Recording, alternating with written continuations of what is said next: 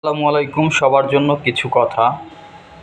যারা আমরা Facebook use করি, অনেকেরই কিন্তু আইডিতে এখন সমস্যা, যেমন রিচ, এঙ্গেজমেন্ট সব কিছুই কিন্তু কমে গেছে। তো এটার জন্য সমাধান পেতে হলে আপনাকে মিনিমাম 10 থেকে 15 দিন লাইভ করতে হবে। কম হলেও আপনার 15-20 মিনিট। আপনি 10-15 দিন লাইভ করেন বা একটু বেশি করেন, সমস্যা নেই।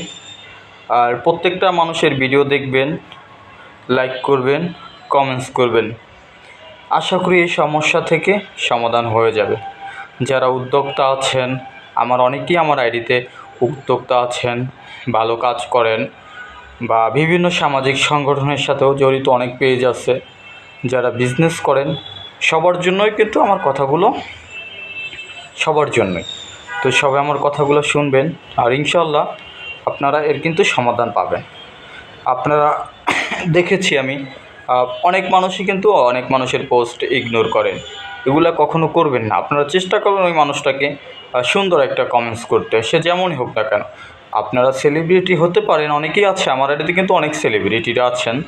তো বলবো, একটা কমেন্টস বা একটা লাইক করলে কিন্তু সমস্যা হয় না।